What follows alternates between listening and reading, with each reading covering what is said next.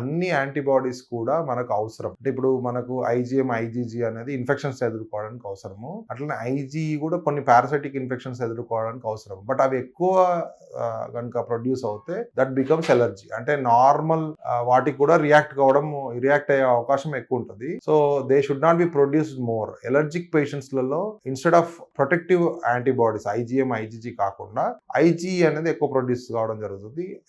అలాంటి పేషెంట్స్ లలో even for simple exposure to anything like dust particles and all those things create more reactions.